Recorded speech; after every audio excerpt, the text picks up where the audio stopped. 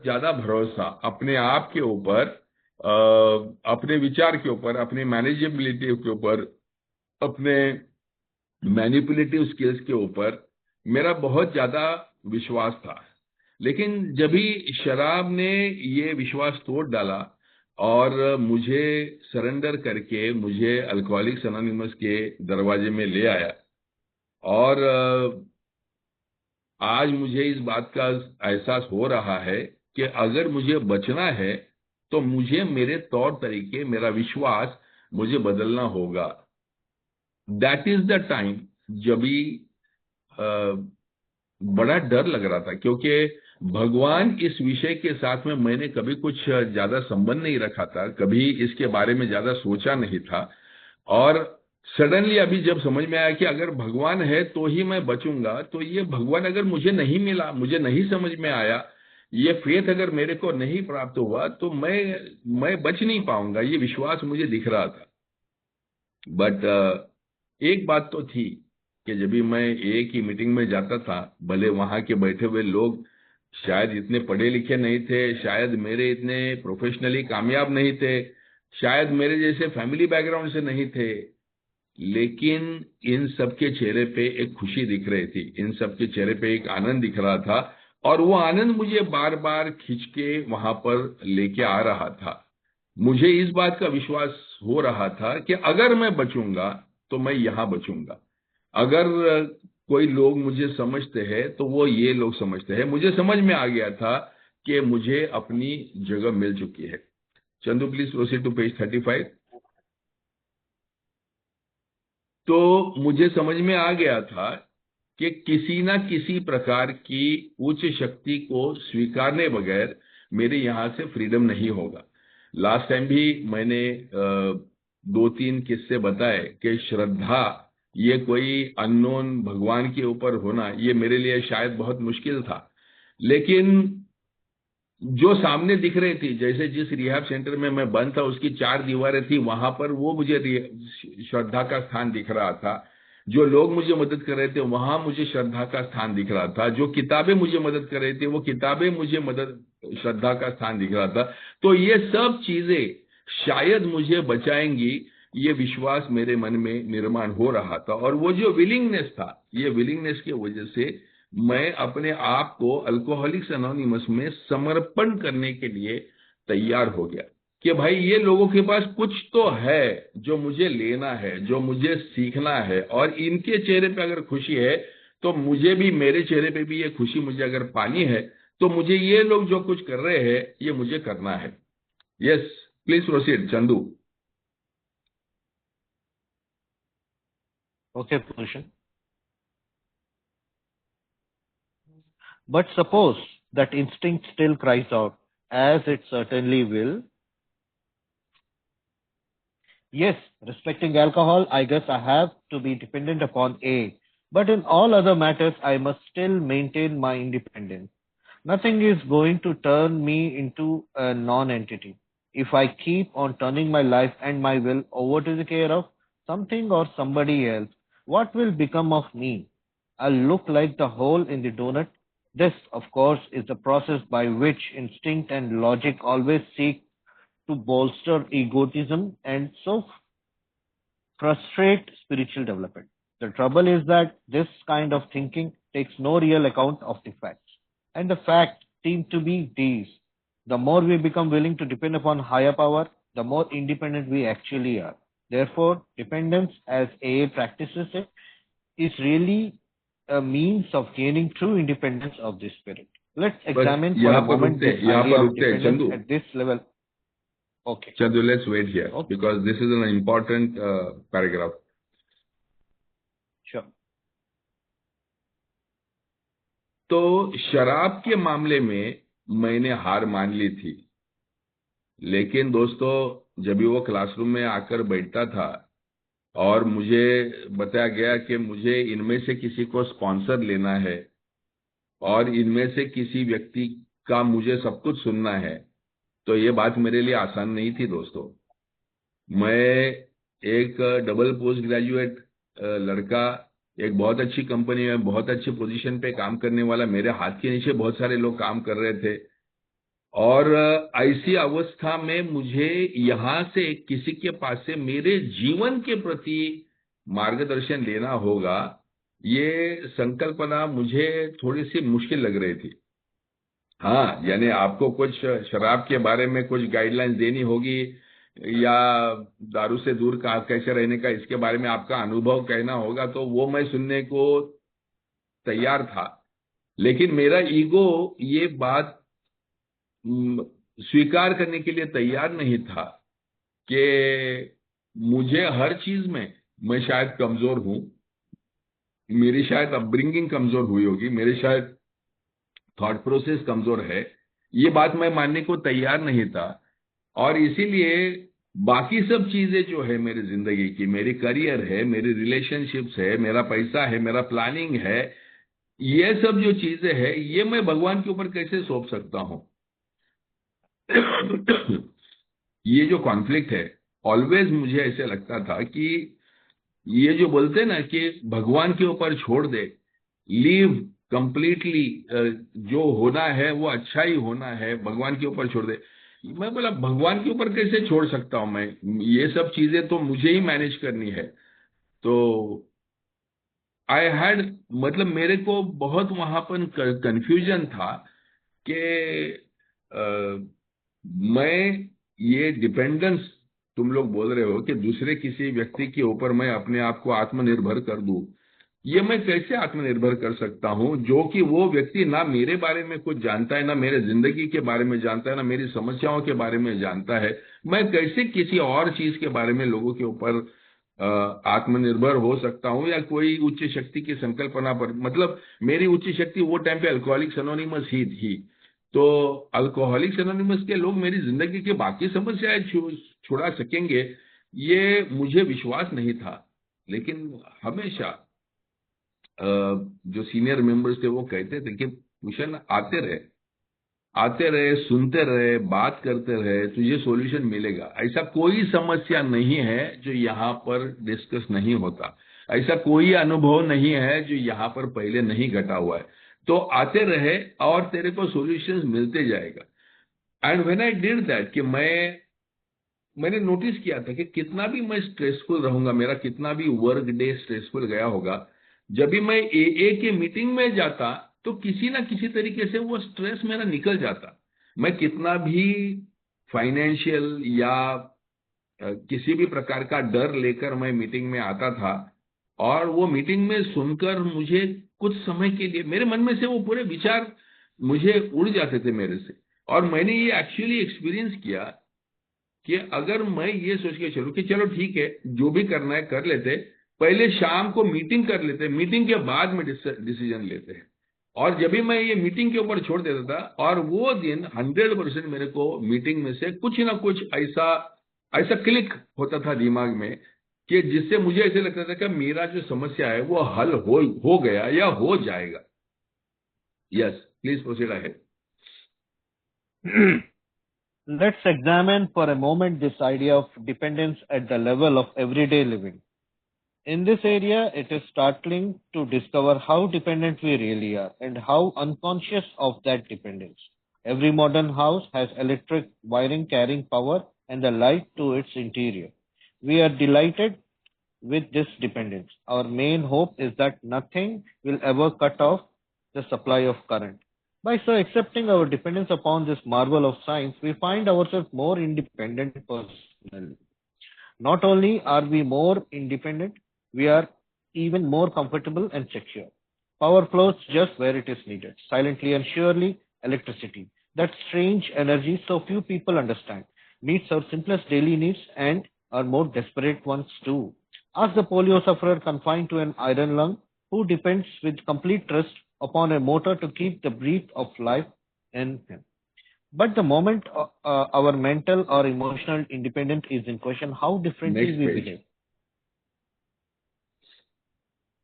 how persistently we claim the right to decide all by ourselves just what we shall think and just how we shall act. Oh, yes, we'll weigh the pros and cons of every problem. We'll listen politely to those who would advise us, but all the decisions are to be ours alone.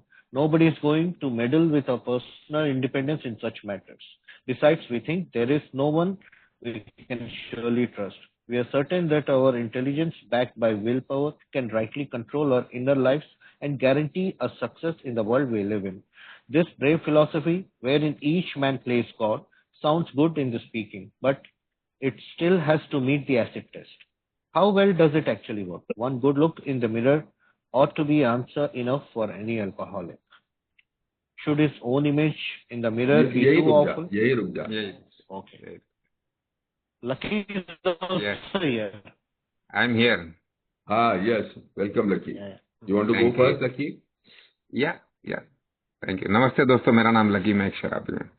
आज का दिन शराब के गुट से दूर हूँ. Bill यहाँ पे ये पैराग्राफ में हमें ये बताना चाहता है कि जो पहले वो बात कर रहा था कि मैं अपनी इच्छा और जीवन परमेश्वर के हवाले करना, मतलब अपनी इच्छा पे निर्भर न करना, किसी और की इच्छा पे चलना, वो विश्वास करना किसी और पे, उसका एक उदाहरण देने की बात करता है यहाँ पे इस पैराग्राफ में कि हम कैसे दैनंदिन जीवन के लिए बाकी चीजों पे निर्भर करते हैं.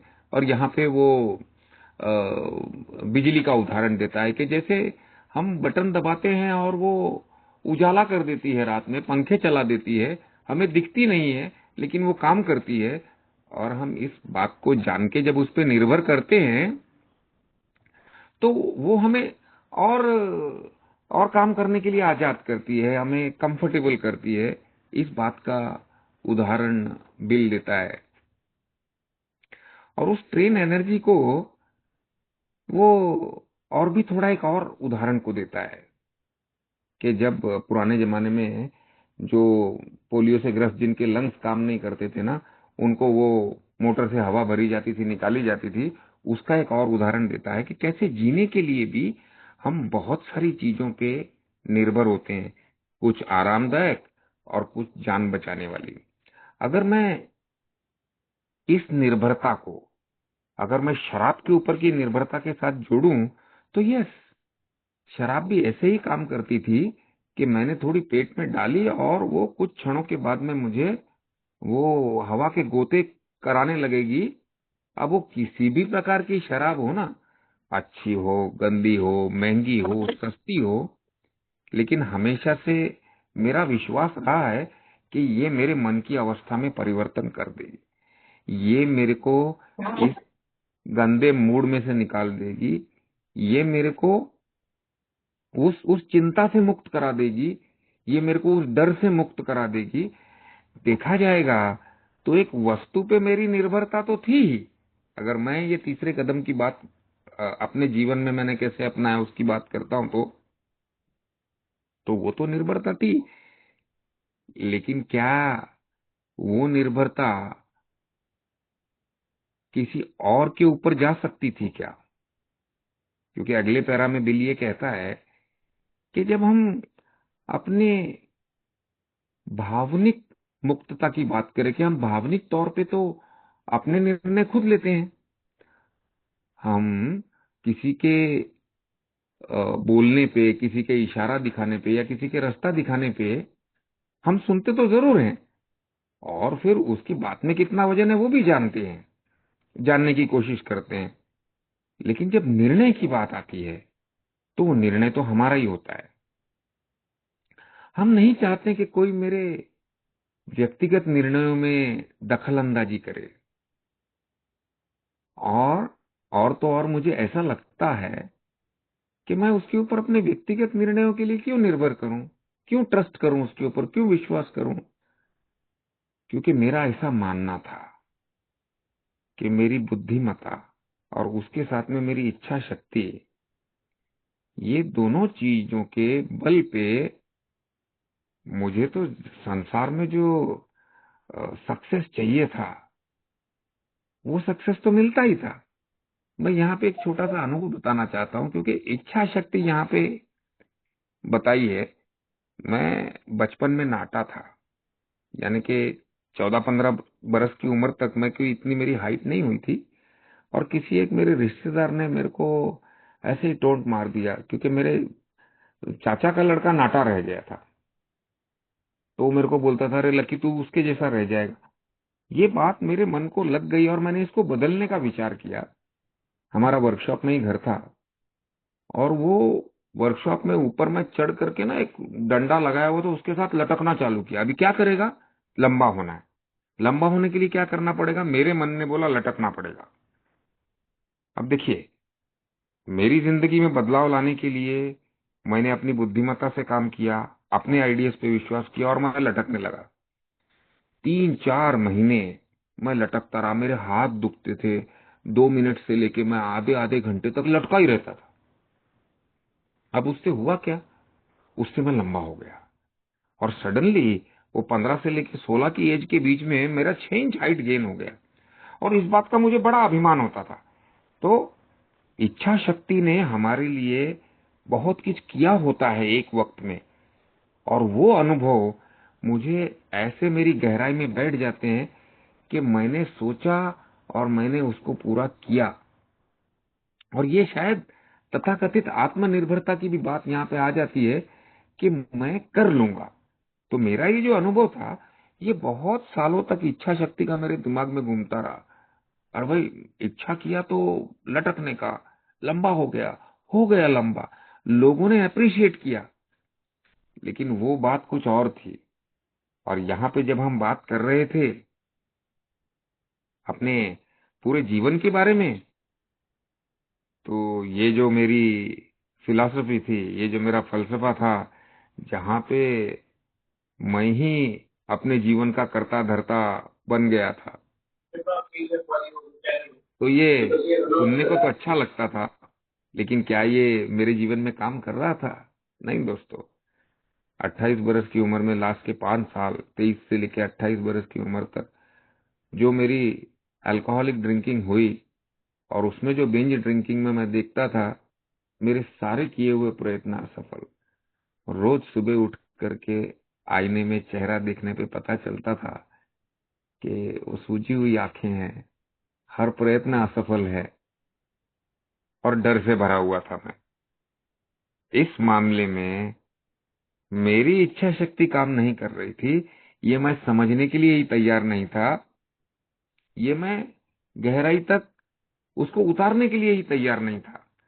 तो ये जो दो अनुभव बिल यहाँ पे जो एक्सप्लेन करता है, इनको अगर मैं अपने अनुभवों से जोड़ूं, तो फिर ये मेरे अपने हो जाते। फिर मेरा वो रिलेशनशिप बन जाता है, जो शायद बिल समझाना चाहता है मुझे यहाँ पे, हमें बताना चाहता है कि जब जब हमने अपनी जिंदगी का कर्ता धर्ता बनने की कोशिश की, कई मामलों में सफल भी हुए।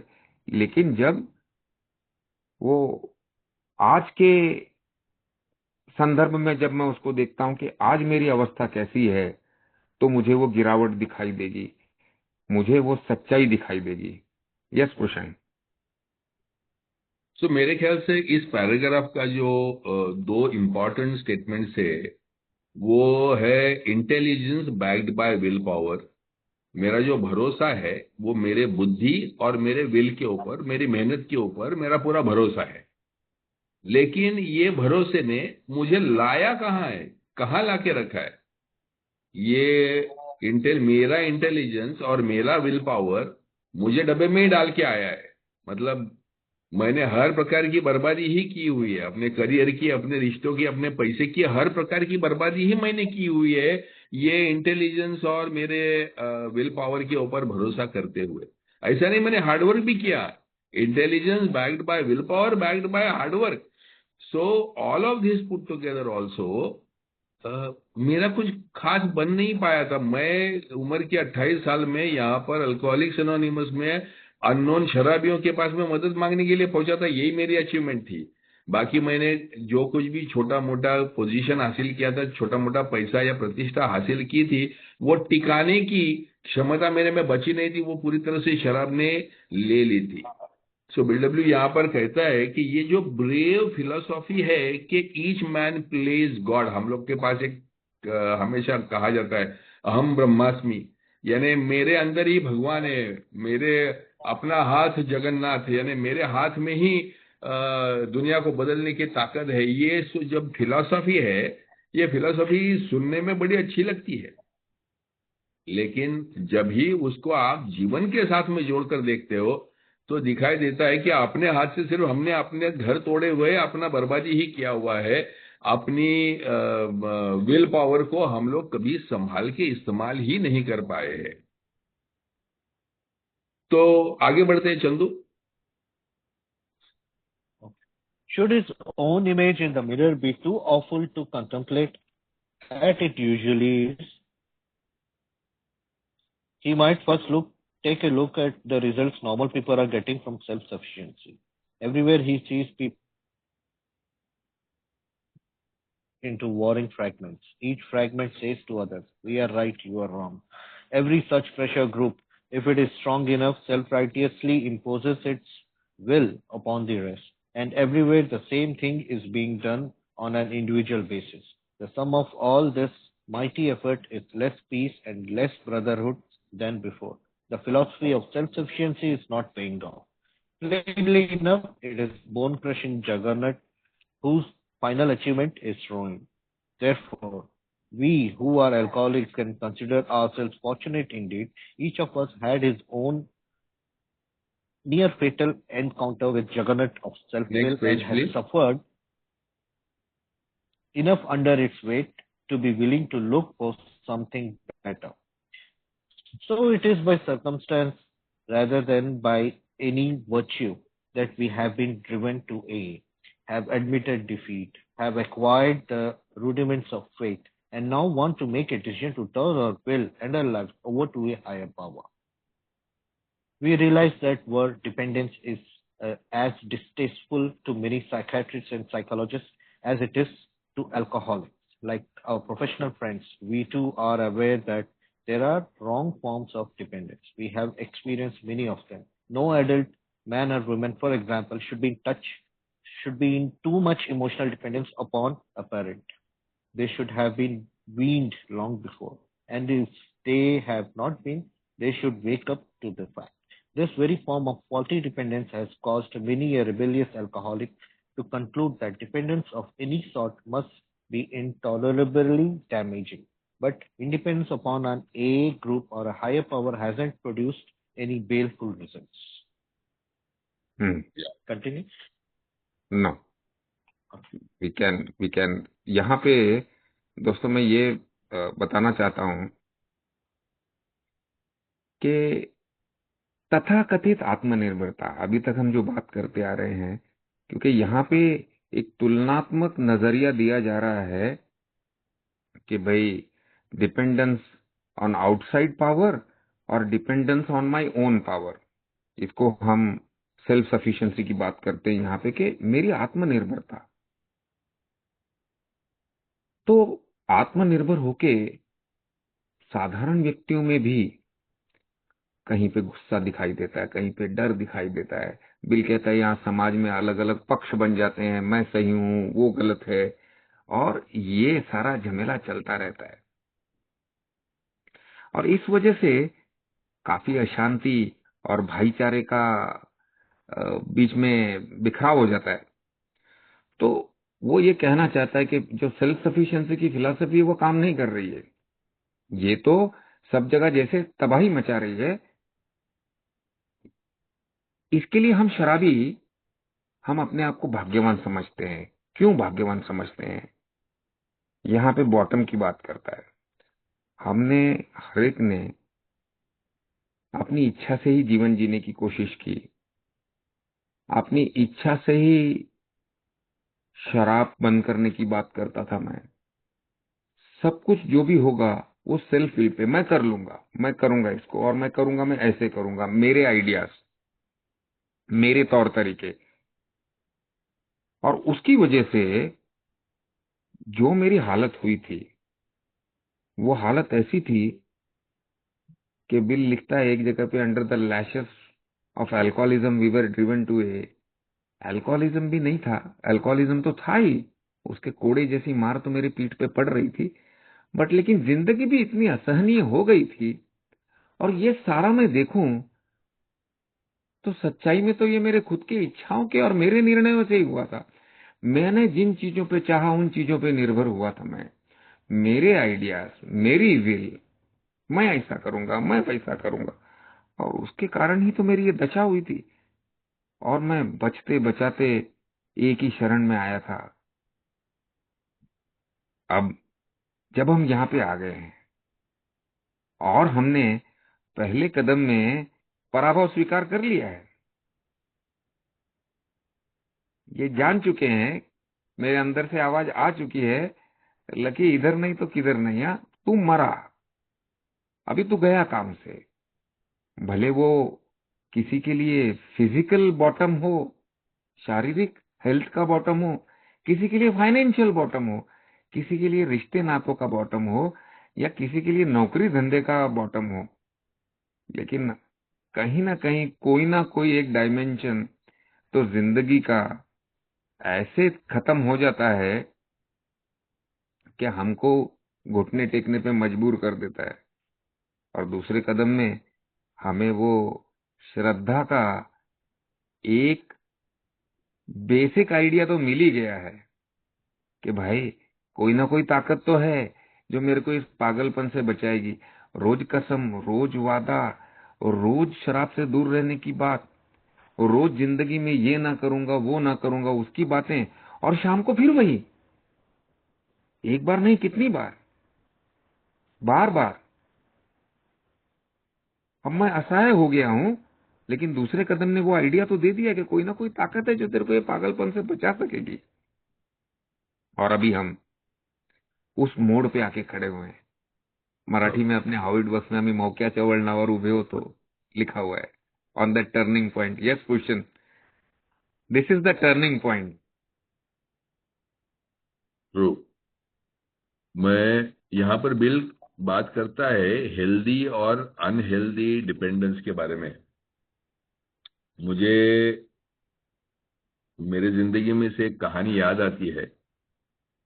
मैं एडवर्टाइजिंग फील्ड में काम करता था, और मुझे ऐसे लगता था कि मैं काफी इंडिपेंडेंट काम करता हूँ, काफी इंटेलिजेंट हूँ। मैं जो भी कैंपेन्स बनाता था वो क्लाइंट को बेच के आता था।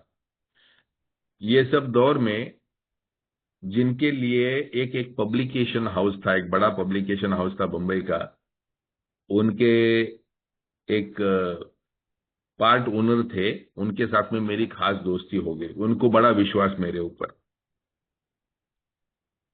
अब ऑन वन हैंड मैं अपना ईगो, अपना इंटेलिजेंस और अपना हार्डवर्क, अपनी विल पावर के बलबूते पर मैं ऐसे ऐसे काम हासिल कर रहा था। लेकिन वो हर काम हासिल करने के साथ वो जो ओनर था, उसके जो अपोनेंट थे, उनके साथ में मेरी शत्रुता बढ़ रही थी। क्योंकि जितना मैं ईगो ड्रिवन, जितना मैं ज्यादा एरोगेंट बनते जा रहा था, मैं डिफाई करता था लोगों को कि कौन मेरा क्या बिगाड़ लेगा, इस प्रकार से मेरा बिहेवियर होता था। क्योंकि जब भी तुम्हारा सक्सेस, तुम्हारा जब भी विल पावर और तुम्हारा इंटेलिजेंस का कॉम्बिनेशन के साथ में जब भी सक्सेस जुड़ जाता है तो ईगो सवार हो जाता है। और वो ईगो आने के बाद में ह्यूमिलिटी चली जाती है, और ह्यूमिलिटी जाने के बाद में जो एरोगेंस आता है, तो लोगों को एरोगेंस की तकलीफ होने लगती है। तो एक तरफ जो कहते हैं ना कि मेरा आवाज, वो जो मेरा जो सपोर्टर था, उससे ज्यादा बड़ा आवाज तो मेरा था। और लोगों को लगता था कि इसमें कोई, ये आदमी में कोई दम है, ये आदमी में कुछ बात है। लेकिन मैं खाली था। एक्चुअली मैं खाली बर्तन था, जो मेरे पीछे कोई है उस भरोसे के ऊपर मेरा ये सब ईगो ड्रिवन नॉनसेंस चल रहा था। एक पॉइंट ऐसा आया कि वो पब्लिकेशन हाउस के अंदर के झगड़े में जो मेरा सपोर्टर था, वो खुद हार गया और उसको अपना पोजीशन गंवाना पड़ा।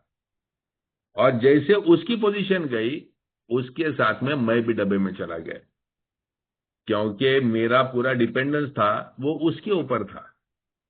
जिसको कहते हैं ना कि मेरे काम के ऊपर मेरा डिपेंडेंस नहीं था, मेरा डिपेंडेंस एक पॉलिटिकल पावर के ऊपर था। सो उसके बाद में मैंने एक अपनी बात मन ही मन में ठान ली कि मैं किसी के ऊपर डिपेंड नहीं होऊंगा, लोग मेरे ऊपर डिपेंडेंट होंगे। तो मैं हमेशा कुछ ना कुछ आगे रहूंगा, लोगों के 4 कदम आगे चलूंगा, और मैं अपनी पोजीशन ऐसी करूंगा कि मेरे बगैर लोगों का चले नहीं।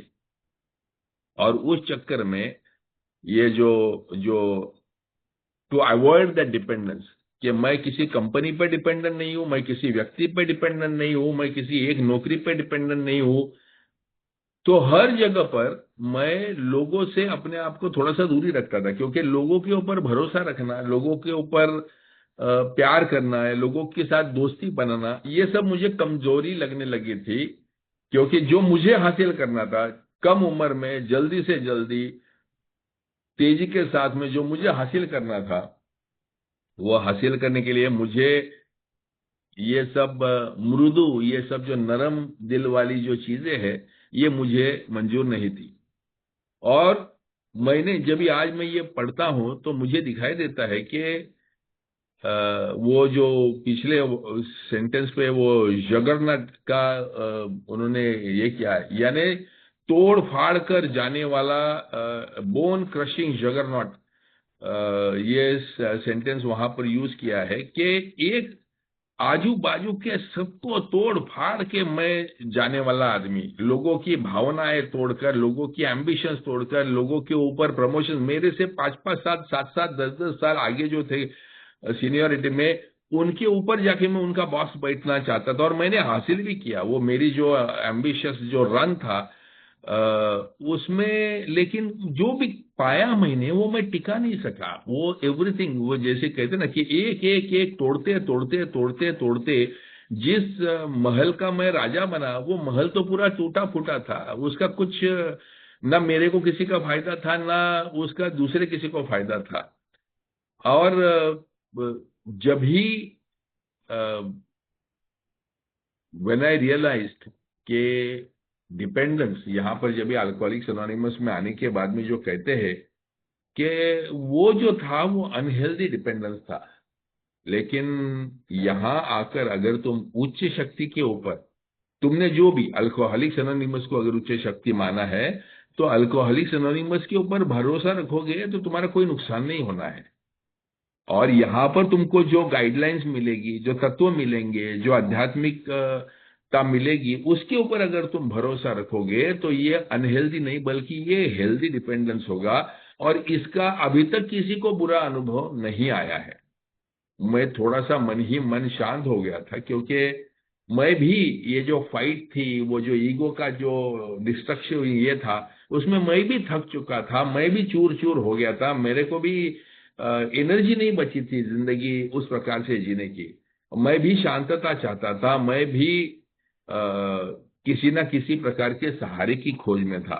और जब ये शांतता, ये वाक्य में जो मुझे मिली कि dependence upon an a group और upon a higher power hasn't produced any helpful results, एक समूह के ऊपर और एक उच्च शक्ति के ऊपर अगर मैं डिपेंड हो करूं कि भाई यहाँ पर मेरा ठीक ही होगा, जो भी होगा मेरा अच्छा ही होगा, तो मुझे बुरा अनुभव नहीं आएगा। आगे पढ़िए। आपके एग्जाम्पल से किंग नथिंग की याद आ गई। Anyways, when करो। World War II broke out, this spiritual principle had its first major test. A's entered the services and were scattered all over the world. Would they be able to take discipline and stand under fire and endure the monotony and misery of war? Would the kind of dependence they had learned in A carry them through? Well, it did. They had even fewer alcoholic lapses or emotional binges than A's safe at home did. They were just as capable of endurance and valor as any other soldiers, whether in Alaska or on the Solirano beachhead. Their dependence upon a higher power worked, and far from being a weakness, this dependence next was page their please. chief source. This dependence was their chief source of strength. So, how exactly can their willing person continue to turn his will and his life over to the higher power? He made a beginning, we have seen, when he commenced to rely upon A for the solution of his alcohol problem. By now, though, the chances are that he has become convinced that he has more problems than alcohol, and that some of these refuse to be solved by all the sheer personal determination and courage he can muster. They simply will not budge. They make him desperately unhappy and threaten his newfound sobriety. Our friend is still victimized by remorse and guilt when he thinks of yesterday. Bitterness still overpowers him when he broods upon those he still envies or hates. His financial insecurity worries him sick, and panic takes over when he thinks of all the bridges to safety that alcohol burned behind him. And how shall he ever straighten out that awful jam that cost him the affection of his family and separated him from them? His lone courage and unaided will cannot do it. Surely somebody or something else. Continue. सो यहाँ रुकते हैं थोड़ा। तो मुझे याद आता है कि मुझे जब भी रिहैब सेंटर में भर्ती किया था, वो टाइम पे घर पे मेरी बीवी को मैं छोड़ के आया था, 7 महीने का बच्चा था। माँ बाप से मैं पिछले 6 महीने से बात नहीं कर रहा था। भाई भाभी भी परेशान थे। बीवी के साथ में डिवोर्स की बातचीत चल रही थी। नौकरी भी एक पतले धागे से टंगी हुई थी। तो ये सब बाहर छोड़ के मैं अंदर रिहैब में जाके छुप के बैठा था। अपने ईगो और अपने इंटेलिजेंस और अपना विल पावर के बलबूते पर मैं अपनी शराब का पूरी तरह से अल्कोहलिक होकर मदद मांगने के लिए एक रिहैब सेंटर के दरवाजे के अंदर छुप के जाके मैं बैठा था। अब शराब से तो दूर था, लेकिन ये बाहर की दुनिया की जो चिंताएं थी, ये मुझे सता रही थी। मुझे आज भी याद है, हमारे एक सीनियर मेंबर थे वहां पर, मेरे काउंसलर थे। उनको एक दिन मैंने बोला कि जब तक मैं यहां से बाहर निकलूंगा तब तक तो शायद मेरा बेटा मुझे पहचानेगा भी नहीं, क्योंकि 7 महीने का बच्चा था। अभी 4-5 महीने में अगर अंदर रहूंगा तो उसकी क्या यादगाश होगी, वो मुझे पहचानेगा भी नहीं। और मेरी बीवी अगर उसको लेके उसके मैके चली गई होगी और मेरे से अगर कभी मिलवाएगी नहीं, तो शायद मैं अपना बेटा जिंदगी भर के लिए खो दिया होगा। तो उसने मुझे पूछा कि तू यहां पर किस लिए आया है? तू अपने बेटे को बचाने आया है, बेटे के साथ संबंध बनाने के लिए आया है, कि तू खुद के लिए आया है? तो मैं बोला, ऑब्वियसली मैं खुद के लिए आया हूं, लेकिन ये विचार तो मेरे को तकलीफ दे रहे। इसे एग्जैक्टली जब भी तू यहाँ पर है और तू बाहर की चिंता कर रहा है, तो ना तू यहाँ पे तेरा कुछ मन लग रहा है, ना यहाँ पर तू अपना कुछ काम कर रहा है, ना बाहर में जो भी हो रहा है उसके ऊपर तेरा कोई कंट्रोल है। तो तू भरोसा रख। मैं बोला, भरोसा किसके ऊपर रखूं, कैसे रखूं?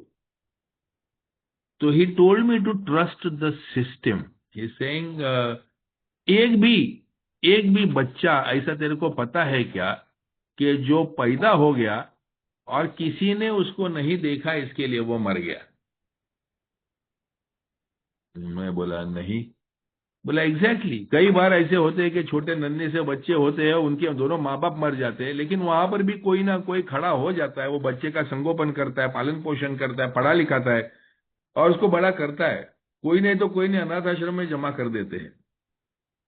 जिसका भी जन्म हुआ है उसका संगोपन होना, ये एक सिस्टम चलती है, एक समाज चलता है, एक गृह की व्यवस्था चलती है, हर एक घर की व्यवस्था होती है। एक अच्छाई समाज में हर जगह पर होती है, और ये अच्छाई की सिस्टम जो है ये हमेशा से ही कार्यरत होती है। अगर बच्चा 6 साल का होता है तो पढ़ाई करने के लिए स्कूल में भेजा जाता है। कुछ होशियार होते हैं, कुछ कम होशियार होते हैं, लेकिन सभी वो सिस्टम में से प्रोसेस होते होते आगे चले जाते हैं।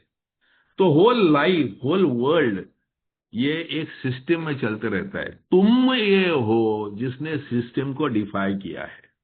तुम ये हो जो अपनी सिस्टम को तोड़ के यहां वहां भागे हुए हो और आज फटी हाल में दोबारा ये आकर बैठे हुए हो और सिस्टम को ब्लेम कर रहे हो। भाई, सिस्टम में कभी भी कुछ गलत नहीं था, गलत तेरे अंदर था।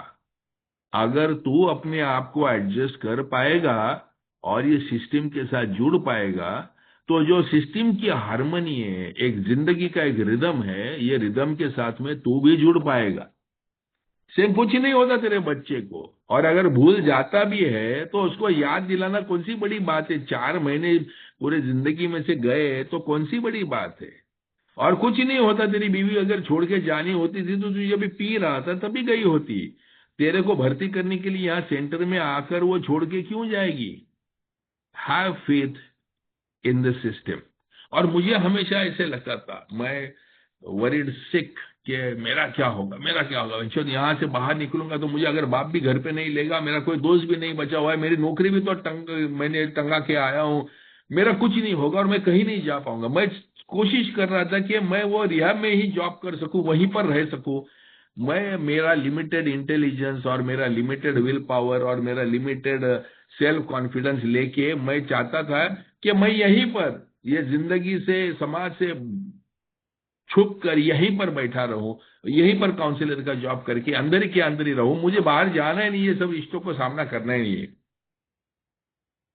बट आगे वाले पैराग्राफ में जैसे स्पॉन्सर कहता है, वैसे ही मुझे सही मार्गदर्शक मिले, और उन्होंने बताया कि ये सब जो अंदर तेरे जो ये बिटरनेस है, ये सब जो चिंताएं हैं, ये सब तेरे अल्कोहलिज्म, तेरे ईगो, तेरा जो रेकलेस लिविंग, ये सब का निशानी है। अब तेरे को जो चाहिए, you need a new way of living. What do you lucky.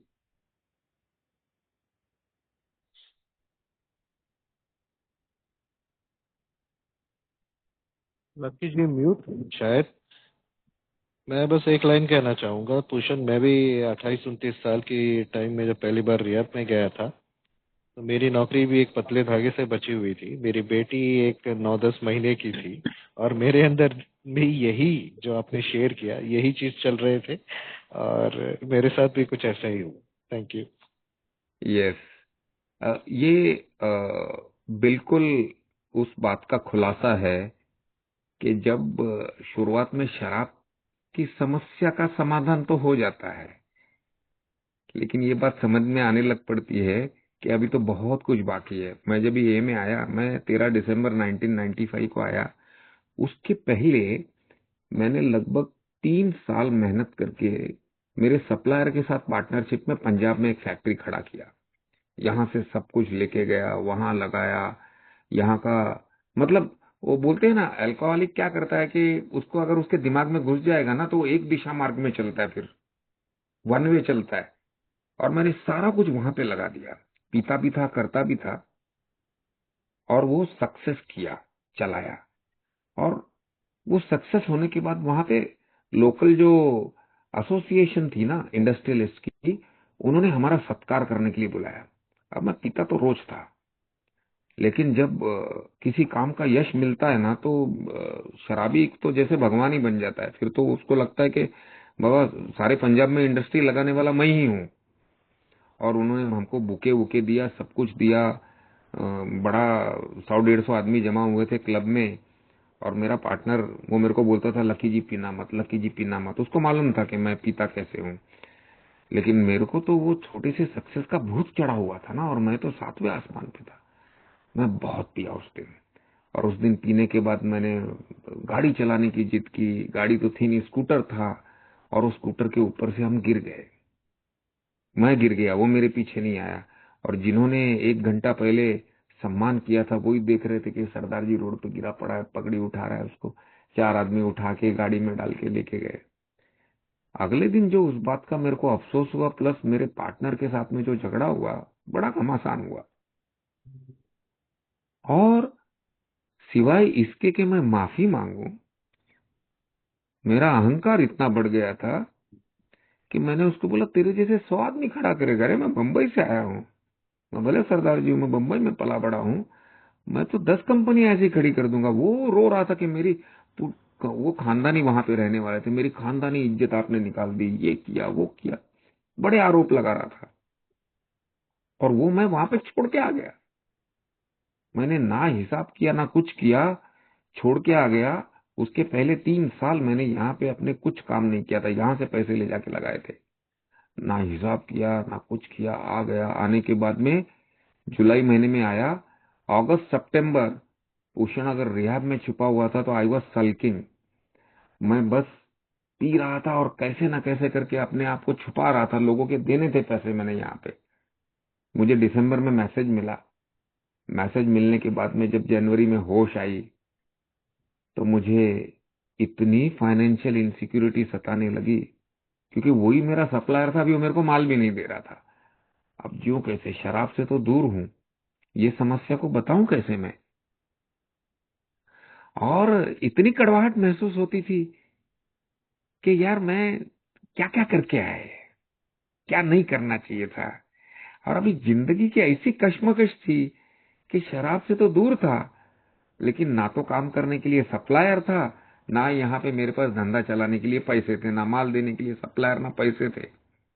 अब ये सारा कुछ सुधरेगा कैसे।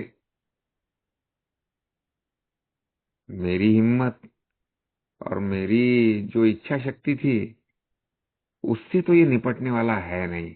और तब मुझे ऐसे लगने लगा कि दोस्त, शराब की समस्या तो कुछ भी नहीं थी। ये जो मेरी समस्या है ना, मैंने क्या करके रखा है, अभी की हालत क्या है, और मेरा आगे क्या होगा। तब तक मेरा तीसरा बच्चा हो चुका था, और ये 3 जन, मेरी बूढ़ी माँ और पत्नी, ये सबको लेके साला मैं चलेगा कैसे, चलाएगा कैसे, कर्जा कैसे उतारेगा, मैं जिंदा रहूंगा कि नहीं रहूंगा। ये शायद हम सभी के विचार कोई ना कोई अनुभव के साथ में जुड़े रहते हैं, और वो अनुभव ही शायद हमको तोड़ते हैं। वो अनुभव ही उस कोड़ों की तरह चलते हैं जो हमारी पीठ की चमड़ी उधेड़ देते हैं। तो इसी को शायद हम वो बॉटम कहते हैं, जो बॉटम हमको ये बात को देखने को लगाता है कि किसी से तो बात करनी पड़ेगी, किसी पे तो मदद निर्भर मांगनी रहना पड़ेगी। पड़ेगा। हम्म। मदद मांगनी पड़ेगी, किसी ना मदद किसी की मांगनी मदद। पड़ेगी, किसी न किसी की मदद मांगनी पड़ेगी। और ये खुलासा जब ऐसे शब्दों में होता है तो वो याद दिला देता है, यस, वो याद दिला देता है कि कोई ना कोई तो है जो मुझे इसमें से बाहर निकाल सकता है। और यहाँ पे से स्पॉन्सरशिप की शुरुआत हो जाती है। Over Okay. To you Pushkar. Chandu. At first, that somebody is likely to be his closest AA friend. He relies upon the assurance that his many troubles, now made more acute because he cannot use alcohol to kill the pain, can be solved too.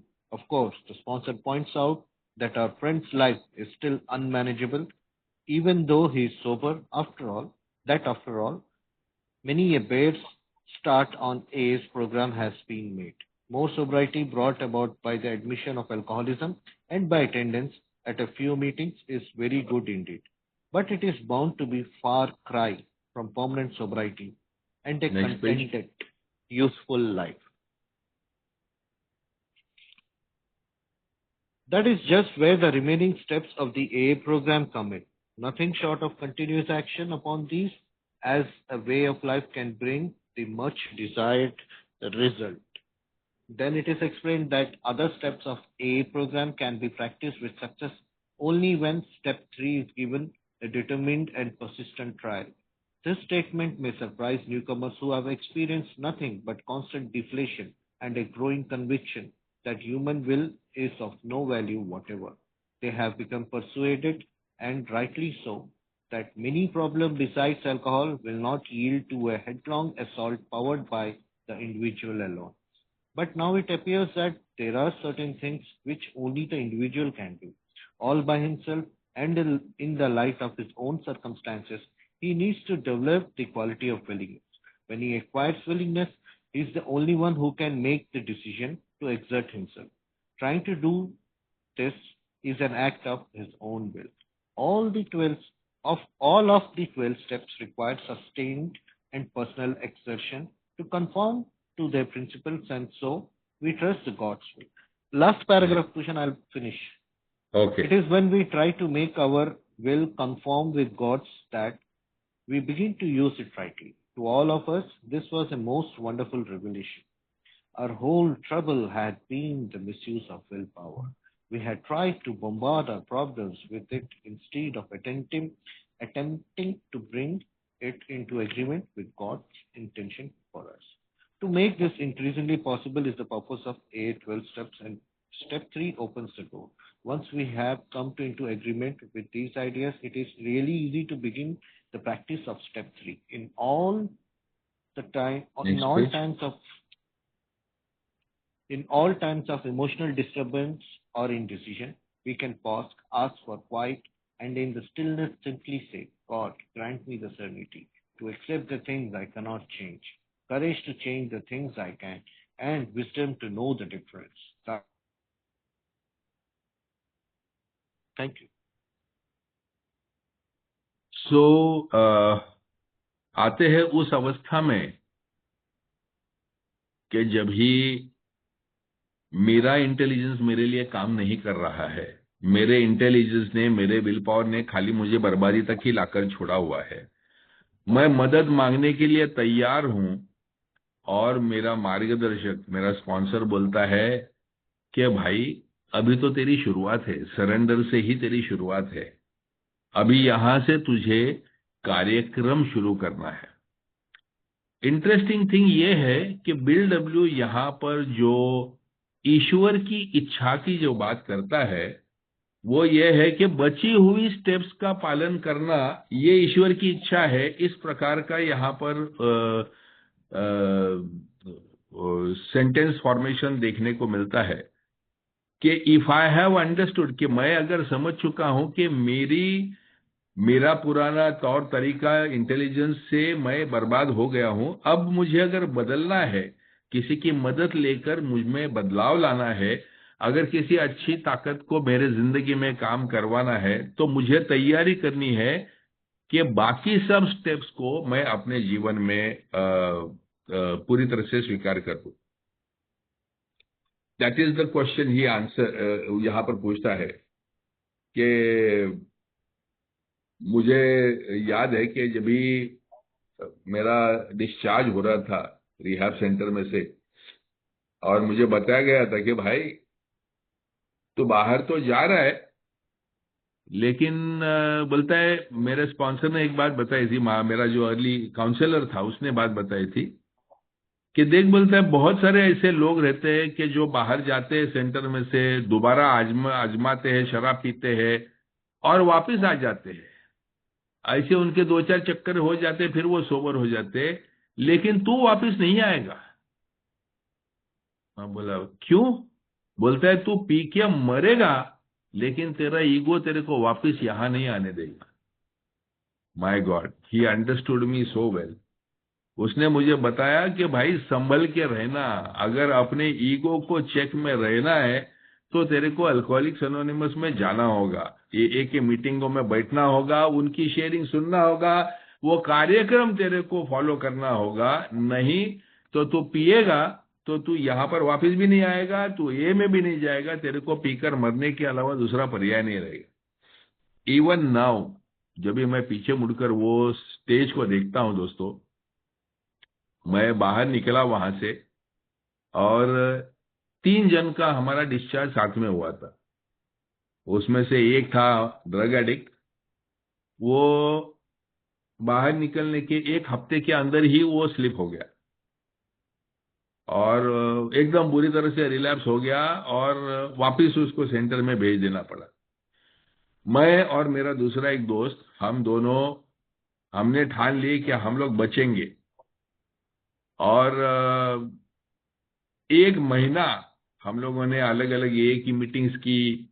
वो गोरेगांव में रहता था, मैं ठाणा में रहता था, हम लोग बातचीत करते थे, रोज फोन पे सुबह बात करते थे, शाम को कहाँ मिलेंगे, कहाँ जाएंगे, ये सब चलता था।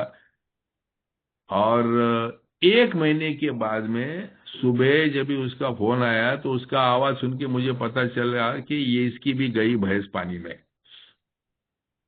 अब मुझे मालूम था it is just a matter of time, मैं भी तो जाने वाला ही हूं। अगर ये दोनों, हम 3 बाहर निकले थे, ये दोनों अगर गए तो मैं भी तो गया ही। मेरा अभी खाली आज नहीं तो कल, नहीं तो महीने के बाद में मेरा भी तो विकेट जाना ही है।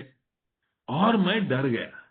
क्योंकि मुझे वो सेंटेंस याद आ गया कि वो बोला कि अगर तू पिएगा तो तू साले मरेगा, लेकिन तू वापस नहीं आएगा। और मैं ना मरना चाहता था, ना मैं वापस जाना चाहता था। इसके लिए दोस्तों, अपनी जान बचाने हेतु, वो बोलते हैं ना, एक डूबते हुए आदमी का जो तिनके का सहारा, वो तिनके का सहारा ढूंढते ढूंढते मैं ये में आया। भाई कुछ भी करो, मुझे बचा लो, आप लोग मुझे संभाल लो, आप लोग मुझे बचा लो। मुझे याद है, मैं हमारे नवप्रकाश ग्रुप में नया नया मेंबर गया था, और नया नया आदमी रहता है तो मुझे शेयरिंग करने को बुलाया, और मैंने एकदम जोरदार चौथी पायरी वगैरह ऐसा ढांसू शेयरिंग किया। लोगों ने कुछ छोटा मोटा ताली वाली बजाया, और मुझे मुझे बताया था कि तू ए में जाएगा, तेरे को लोग गले लगाएंगे, तेरी तारीफ करेंगे, तेरे को चाय पे बुलाएंगे। मेरे साथ ऐसा कुछ हुआ नहीं, कोई मेरे को खाली एक दो जन हाथ बात मिला के चले गए। और मैं सोचा यार ये क्या है। मैंने अपने काउंसलर को फोन किया और उसको पूछा, यार तुमने तो बोला। तो वो मेरे को बोला, अरे तू उधर उनको उनका धंधा सिखाने गया था कि तू तेरे को मदद मांगने गया था। बोले तेरी फटी हुई है, वहां पर जाके ये बोल कि तू बाकी सब ज्ञान तेरा गया मिट्टी में, तेरे को दारू से दूर रहने को नहीं होता है। उन लोग को वो जमा हुआ है, वो जाके मदद मांग। वो अपना ज्ञान मत बांटने को जाना, उधर उनके पास से सीखने को जाना कि उनके चेहरे पे वो जो खुशी दिखती है, जो आनंद दिखता है, वो कैसे प्राप्त करने का, वो जाके पूछ। अगले दिन जब भी मीटिंग में मैं गया, वापिस मैंने शेयरिंग मांग के लिया, और मैंने ये बात छेड़ी कि मैं बोला, मैं अकेला हूँ, नया नया थाना में आया हूँ, सब लोग नए हैं, मैं किसी को जानता नहीं हूँ। सॉरी, मैं ज्यादा बोल गया, मुझे आप लोगों की मदद की जरूरत है, मैं बहुत कमजोर हूँ और बहुत डरा हुआ हूँ। और उस दिन दोस्तों पूरा स्टोरी चेंज हो गया। उस दिन बहुत सारे लोग मेरे साथ में बात करने को आए, हम लोग बाद में चाय वाय पीने को गए, और मुझे दोस्त मिले। और मुझे रियलाइज हुआ कि जब भी मैं अपने आप को बदलाव करने को, अपने आप को आगे नहीं रखता हूं, अपने आप को जब भी सरेंडर कर देता हूं और नम्रता के साथ में लोगों को सीखने को, सुनने को तैयार करता हूं, तभी जाके मुझे मदद भी प्राप्त होती है। क्योंकि मेरे ईगो ने क्रिएट किए हुए जो पेन थे, वो मेरा ईगो ही हल नहीं कर सकता है। मेरे विल पावर ने और मेरे इंटेलिजेंस ने क्रिएट किए हुए प्रॉब्लम से वो मेरा इंटेलिजेंस नहीं सॉल्व कर सकता है। मुझे उसके लिए, मेरे को स्पिरिचुअल हीलिंग की जरूरत है, मेरे को अपने आप को सरेंडर करने की जरूरत है। और मुझे ये जो नया बदलाव का जो कार्यक्रम है, ये कार्यक्रम को स्वीकार करने की जरूरत है। और यहीं पर वो बिल डब्ल्यू हमारी सेरेनिटी प्रेयर को इंट्रोड्यूस करता है यहाँ पर। Over to you Lucky. मैं वो डरे हुए लोगों में से था भूषण। जब भी मैं आया तो बड़ी भयानक परिस्थिति में ही, डर ट्रिमेंडस था। और जब मैं लोगों की शेयरिंग सुनता था ना, तो वो शेयरिंग में जब अपना वो ड्रंक लॉग और अपने नुकसान शेयर करते थे तो मेरी बहुत फटती थी। इतना डर लगता था कि पूछो मत। और हर बार यही समझ में आता था कि मेरी इच्छा तो यार, मैं तो कुछ भी नहीं कर सकता, मैं तो टोटल टोटल सरेंडर, नहीं बाबा, नहीं करने का कुछ। तो ऐसे में जब मैं विनायक से बात करता था, मेरा इनिशियल स्पॉन्सर, तो उसने उसने मुझे ये बताया। उसने तभी मेरे साथ में स्टेप 1 2 3 किया। और इस तीसरे कदम में वो डर के मारे शराब से दूर रहने वाले लोगों की जब उसने पूरी व्याख्या की, तो समझ में आया, हाँ, डर एक बहुत बड़ा फैक्टर है। अगर मैं अपने नुकसानों को रोज याद करता हूँ, रोज शेयर करता हूँ, तो रोज वो सच्चाई का सामना करते हुए डर के कारण शराब से दूर रह सकता हूँ। लेकिन बाकी समस्याओं का क्या? तो बाकी समस्याओं के लिए मैं क्या जूझूं उनसे? मैं रोज तो ये सुन रहा हूँ मेरे से, हमारे से भी, यार पावरलेस, ये भी नहीं होता है, सरेंडर करो। तो ऐसे में मन कंफ्यूज हो जाना बहुत स्वाभाविक है, और कंफ्यूज ही था। तभी उसने बताया, देख, ये तीसरा कदम है ना, ये तीसरा कदम तेरी जिंदगी का पॉस है एक। और ये पॉस, जब जब तू भावनिक रूप से डिस्टर्ब होगा, कोई ऐसा थॉट आके जाएगा जो तेरे को हिला के जाएगा, भले पास्ट में से आया हो या भविष्य की सोच में से आया हो, उसको पॉज देने का। जब किसी को कुछ बोलने का, रिएक्ट करने की बात आएगी तो रिएक्ट नहीं करने का, पॉज देने का। एक एक जिंदगी में थोड़ा सा ब्लैंक गैप लाना पड़ेगा, ताकि तेरी इच्छा और किसी और की इच्छा के बीच में अगर गैप नहीं होगा ना, तो तेरी इच्छा ही चलती जाएगी। You will do your will only. भले तू थोड़ा उसको कम करेगा, थोड़ा करेगा, थोड़ा हम्बली करेगा, but that will be your will only. God's will यहाँ पे काम नहीं करेगी। और तो और एक बात का उसने और एक खुलासा किया था, कि बोलता है कि हमको तो शराब से दूर रहना है, तो उसमें भी तो इच्छा शक्ति लगेगी ही ना।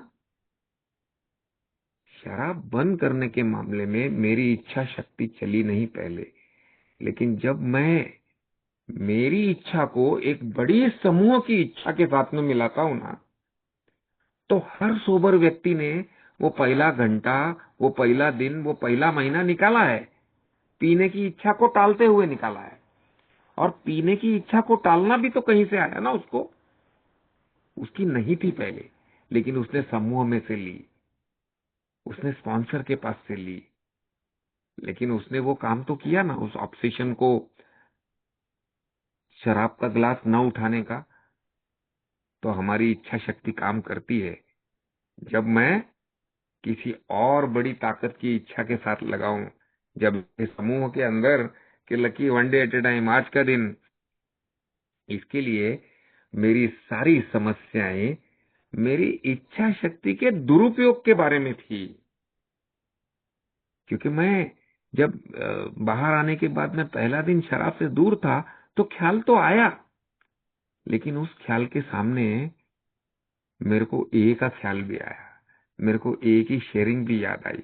अब ऐसे वक्त में मेरे पास मेरी इच्छा शक्ति का दुरुपयोग करने का पॉसिबिलिटी था कि पी लूं जाके और फिर अपनी समस्याओं को निपटाऊं पहले मैं, फिर बाद में आता हूं। लेकिन वहां पे एक पॉज लिया, हम में से हर एक ने वो पॉज लिया है,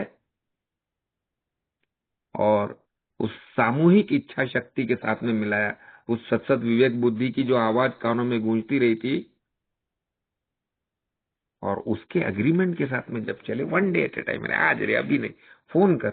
मुझे याद है, मैं पहला महीना भर मेरी वर्कशॉप होते हुए किसी और की वर्कशॉप में जाके सुबह से लेकर दोपहर तक बैठता था, और खाना खाने को आके 1 घंटा सोने के बाद में फिर चले जाता था, फिर उसके साथ शाम को मीटिंग में जाता था, इंस्ट्रक्शंस फॉलो करने का।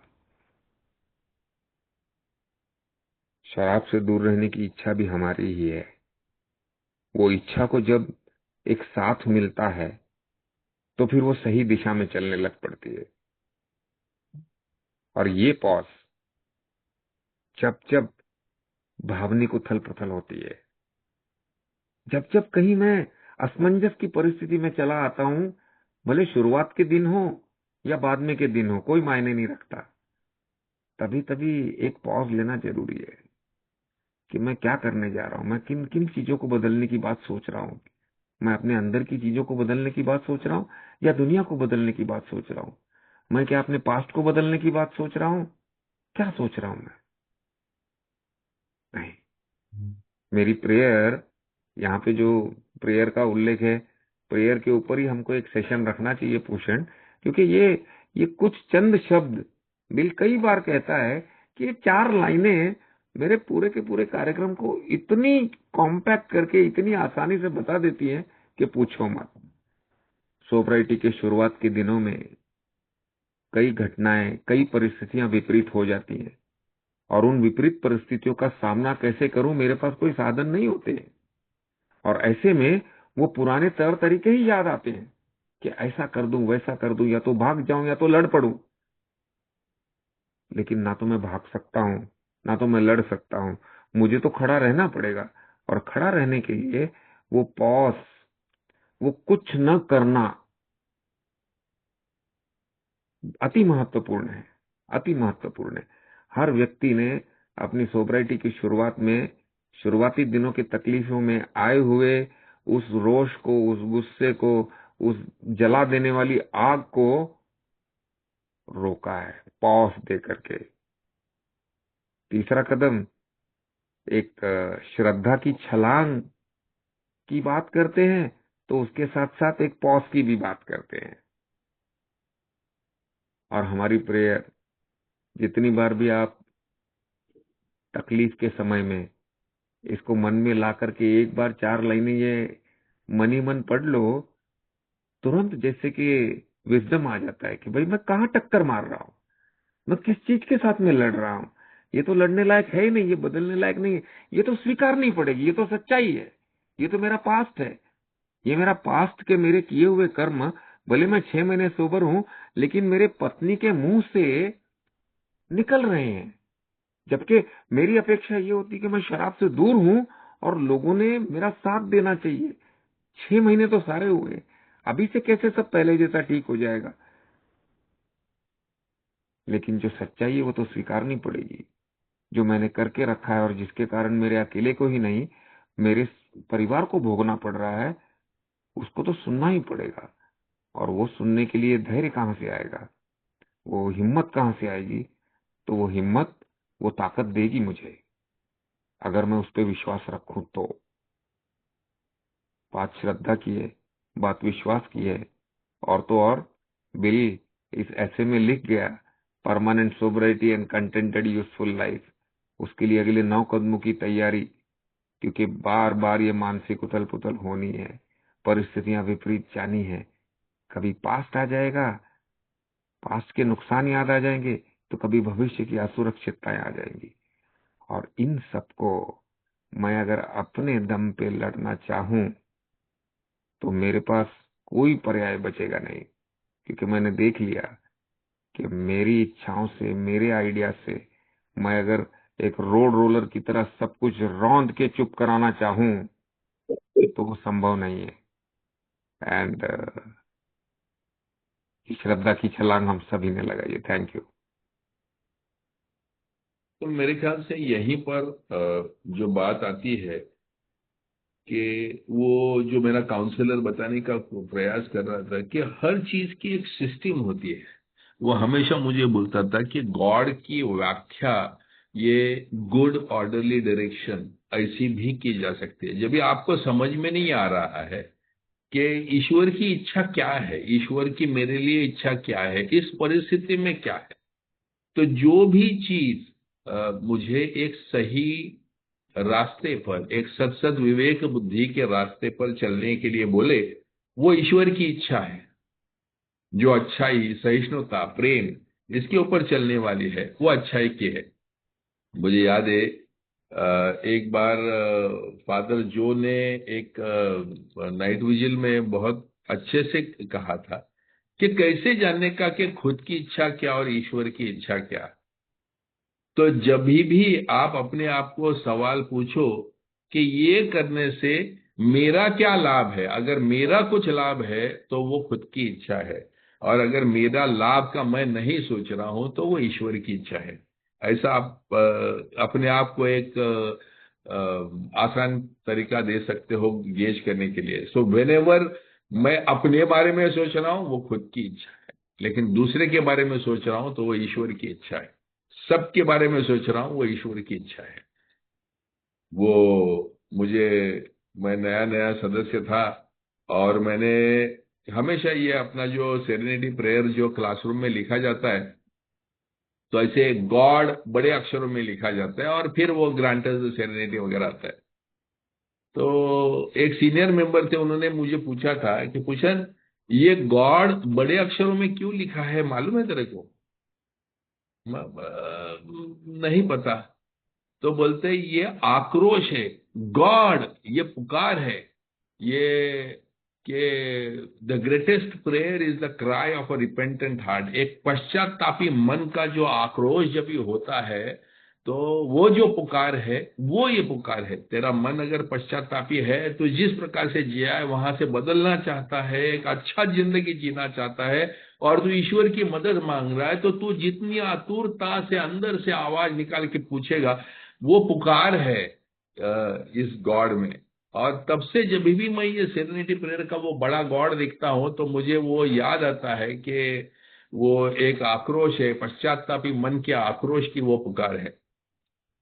तो और अंतिम बताया है कि मेरा result is my serenity, result मेरा पीस ऑफ माइंड है, मन की शांतता है, मन की प्रसन्नता जो हम लोग कहते हैं वो है, वो हम लोग मांगते हैं। मेरे को और ज्यादा तरक्की दे, और ज्यादा पैसा दे, मेरे को सब सुख समृद्धि दे, ये नहीं मांगते हैं। बस सिर्फ जो भी होना है उसके साथ में जीने की प्रसन्नता मुझे दे, ये मांगने की अवस्था हमारे मन की आती है। ये तीसरे पायरी का ये रिवॉर्ड है। Thank you very much. Thank you Bhushan, thank you lucky. Lucky ji, आपकी ये बात काफी हिट कर गई मुझे कि हम में से हर एक बंदा वो पहला घंटा, वो पहला दिन और वो पहला महीना निकाला है, वो पीने की चाह रखते हुए उसने बिना पिए निकाला। थैंक यू दोस्तों। आप प्लीज अपना हाथ रेज करिए और कोई सवाल है तो वो पूछ सकते हैं आप स्टेप स्टेप 3 पे।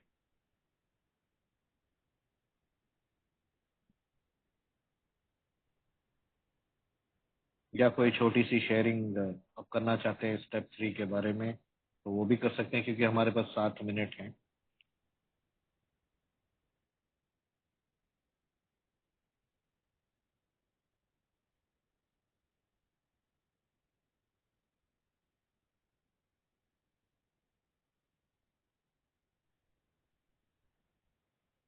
राहुल का कुछ सवाल है? हेलो। आवाज यस राहुल। हेलो, आवाज आ रहा है? हाँ आ रहा हेलो। है। तो ये थियरी ऑफ रियलिटी बोला है, आइंस्टाइन का सिद्धांत है, ये बहुत कॉम्प्लिकेटेड ऐसा क्यों हमारे लिए, ऐसा कॉम्प्लिकेटेड क्यों है?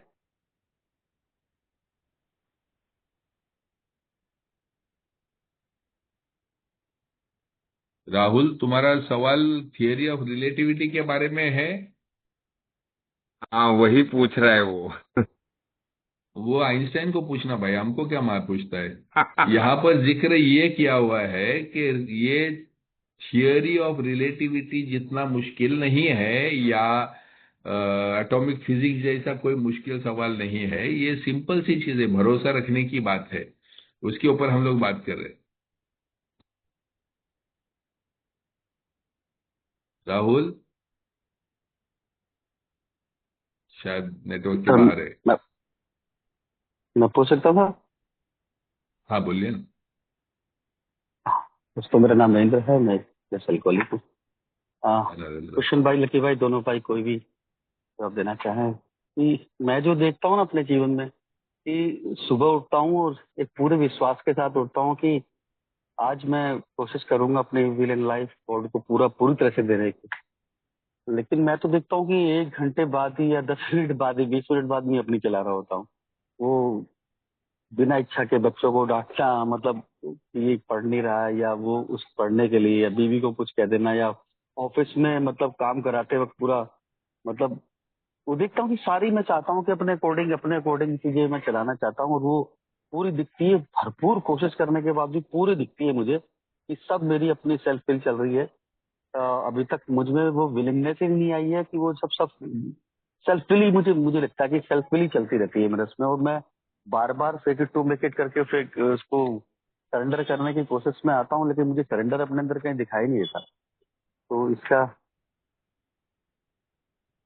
इसी के तो बात बिल्डब्ल्यू कर रहे हैं कि इंटेलिजेंस और विल पावर के ऊपर हम लोगों का इतना ज्यादा भरोसा है, लेकिन ये इंटेलिजेंस और विल पावर ने सिर्फ बर्बादी और मन की अशांतता ही लाई हुई है ना। तो सरेंडर में और एक्सेप्टेंस में ही शांतता है। और अगर शांतता चाहिए तो ये अपनी ही चलाने वाला जो चीज है उसको छोड़ना पड़ेगा। रोजाना आपको आपके स्पॉन्सर के साथ में बात करके इसके ऊपर काम करना होगा। जैसे आपने शराब के ऊपर काम किया और शराब को बंद कर दिया, वैसे ही आपका ये जो ओवर डोमिनेटिंग जो विल है आपका, जो मतलब हर चीज को मेरे मेरे जैसा ही, मेरे मन के हिसाब से ही होना चाहिए, जो कंट्रोल फ्रीक जिसको कहते हैं, इसको भी तो छोड़ना होगा ना।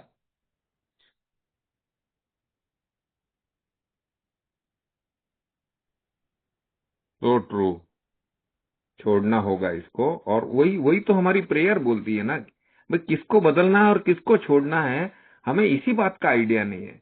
और अधिकतर चीजें जिनके साथ में मेरा ज्यादा तनाव होता है वो बाहर की चीजें होती हैं। और शुरू शुरू में जब तक मैं बार बार ये अपने आप को याद नहीं दिलाता, क्योंकि वो मेरा स्वभाव है, वो मेरी पर्सोना है, मेरी पर्सनालिटी है। एक व्यक्तिमत्व को बदलने की बात कर रहे हैं, जबकि हम अभी तीसरे कदम पे ही हैं। इसके लिए बिल ज्यादा ज्यादा भार डालता है उस पॉज के ऊपर, कि भाई आगे चल के जैसे जैसे तू समझेगा वैसे वैसे तेरे को ये भेद समझ में आएगा।